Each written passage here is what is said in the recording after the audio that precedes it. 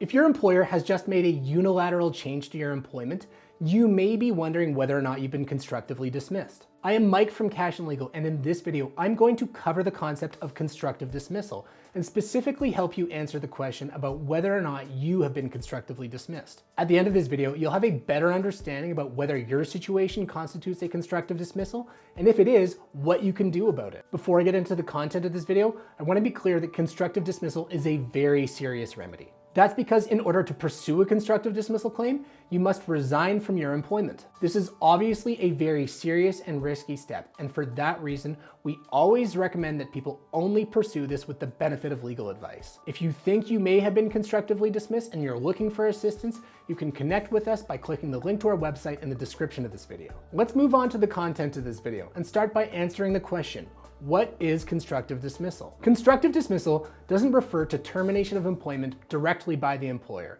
but refers to any situation where an employer commits a breach of the obligations that they owe to you, such that you're entitled to resign and treat yourselves as having been dismissed. So while it's the employer's conduct that triggers the constructive dismissal claim, it is your decision to act on that conduct that completes the constructive dismissal itself. Because of the breach of obligations that your employer owes to you, the law treats this situation as a termination as opposed to a resignation. As a result, if you can successfully prove constructive dismissal, you would then be entitled to whatever you would receive had your employer completed a normal termination of your employment. So you would likely get some pay in lieu of notice, or what we commonly refer to as severance. There is one major qualification that needs to be communicated regarding constructive dismissal, and it's that not any breach warrants a constructive dismissal claim. Some of the obligations that your employer owes to you under your employment contract would not be so serious such that the breach of those obligations could give rise to a constructive dismissal claim. In order for the breach by the employer to reach this threshold, it must be an objectively serious breach that goes to the root of the employment contract. Later on in this video, I will go through a few examples of things that constitute a sufficiently serious breach.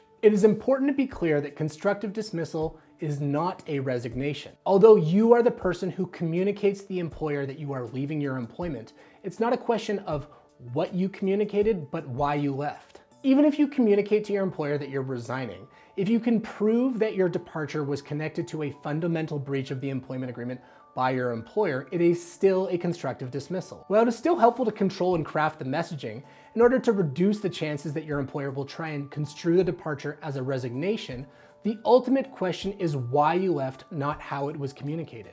So what are some common examples of constructive dismissal? There are a few situations that most employment lawyers would generally agree constitute an act of constructive dismissal. For example, demotions are generally seen as an act of constructive dismissal because they require employees to carry on with their employment with less status and responsibility in the organization. Another change that's generally considered to be an act of constructive dismissal is a significant salary reduction. For example, if your employer reduces your salary by 10, 20, or 30%, most lawyers would agree that constitutes an act of constructive dismissal. However, there are other types of constructive dismissal situations which are less clear. Because constructive dismissal is assessed on an objective standard, there are other types of changes that employers regularly make to employment arrangements where there can be two sides to the story. One very common example of a difficult constructive dismissal claim is the toxic workplace. These situations often involve competing versions of events, so it can be very challenging for employees to prove that they've been constructively dismissed in this situation. Another type of constructive dismissal claim that can be difficult to prove is the geographic transfer.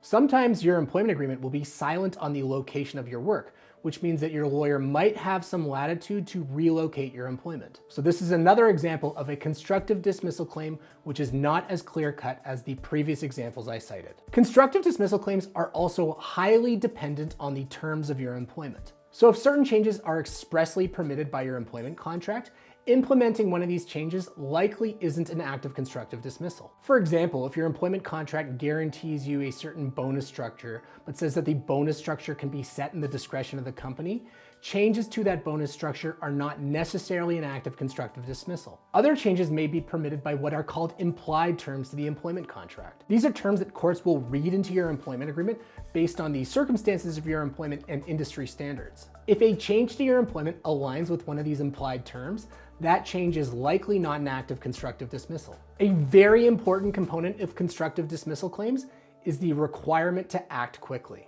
If an employer makes a change to your employment relationship and you do not object to that change within a reasonable period of time, the court will deem you to have condoned to the change itself. Put another way, if a change to your employment is made and you don't do or say anything about it, the court will not allow you to later claim constructive dismissal.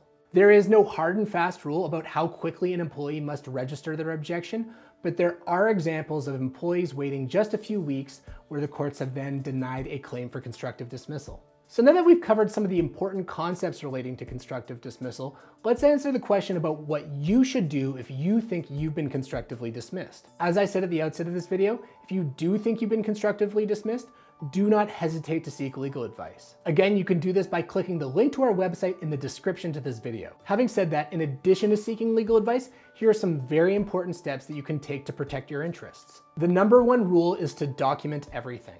Make sure you keep a contemporaneous written record of the treatment that you've been subjected to or the changes that have been implemented by your employer. This written record might be a very helpful piece of evidence later on. The one qualification I'd like to add to that first point is be careful about keeping audio recordings without the benefit of legal advice. Recent court decisions have found that secretly recording conversations in the workplace can constitute just cause for termination. This is obviously a situation that you do not want to find yourself in, so be very careful about taking this step without the benefit of legal advice. The second thing that I recommend you do if you feel that you've been constructively dismissed is to review your employment contract. Your employment contract may contain terms that expressly permit or prohibit the change that's being implemented. This is obviously a crucial thing to know to assess whether or not you have been constructively dismissed. The third thing I recommend doing is to object to the change in writing. As I explained earlier, if you do not object soon enough, you may be seen as having condoned to the conduct. Objecting to the change in writing and as soon as possible helps establish that you never consented to the change. The fourth and final piece of advice I have for you is to approach the situation like a negotiation on an even playing field. It may be that once you've registered the objection to the change to your employer, that you're willing to reach an acceptable compromise. Your employer is incentivized to keep you happy, so there may be things that your employer is willing to do in order to address your concerns in the situation. Obviously, if you're unable to resolve the situation directly with your employer, at that time you should seek legal advice if you have not already. If you have been constructively dismissed, what are you entitled to? As I explained earlier in this video, if you've been constructively dismissed by your employer, this means that you're entitled to whatever you would receive had your employment been terminated in the normal course. This means that you would receive pay in lieu of notice, or what we commonly refer to as severance. Linked in the description of this video is another video that I prepared where I break down severance entitlements throughout Alberta.